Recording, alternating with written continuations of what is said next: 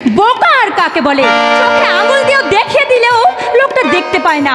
আশ্চর্য, মেয়েরা কি সব মুখ ফুটে বলতে পারে নাকি? ভাবে ভঙ্গিতে সব কিছু বুঝে নিতে হয়। মানুষের বয়স বাড়ার সঙ্গে সঙ্গে চেতনার কতকগুলো বিশেষ ভাবের উদয় হয়। ওই মানুষটার তাও হয় না। মামা আবার ওর সঙ্গে আমার সংসারের ঘানি জুড়ে দিতে চাইছে। অমন জড় পদার্থকে নিয়ে আমি যে কি করি একমাত্র ভগবানই জানেন। ও মা। জ্যাঠামশাই আপনি? হ্যাঁ, আমার কানুকে দেখেছো মা? কেন জ্যাঠামশাই, এই সময় আপনি কানুদাকে কেন খুঁজতে বেরিয়েছেন? আর বলো না মা, সবই আমার পড়া কপাল। দ্বিতীয় পক্ষে বিয়ে করে কি বোকামি আমি করেছি মা। মুখের বিষে ছেলেটাকে এক দণ্ড তিষ্ঠতে দেয় না। ওই ভালোই তার সর্বস্ব। আর আমার কানু আস্থা কুড়ের জঞ্জাল।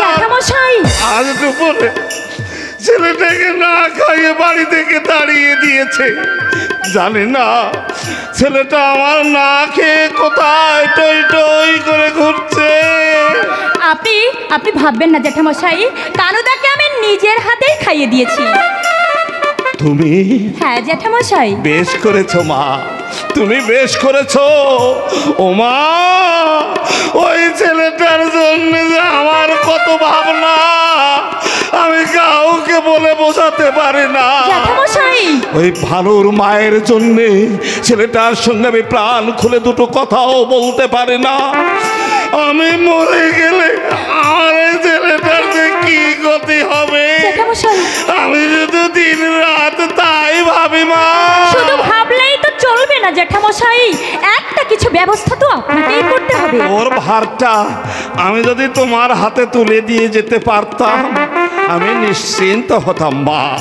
জানে না ঠাকুর সে আশা আমার পূর্ণ করবে কি না।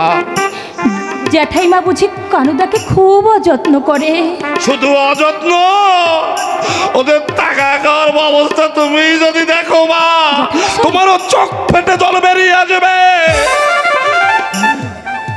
জ্যাঠামশাই ওই ভানু খায় ঝোল ঝাল ভাজা আরো কত রকমের মুখরোচক জিনিস দিয়ে। আর আমার কানুকে যদি ডাল চচ্চড়ি দিয়ে খেয়ে উঠে চলে যেতে হয়। অথচ জমি জমা সংসারের যাবতীয় যত কাজ সব তো এই কানুদাকেই করতে হয়। তবু তার উপর এত অবিচার কেন জ্যাঠামশাই? ওই কেন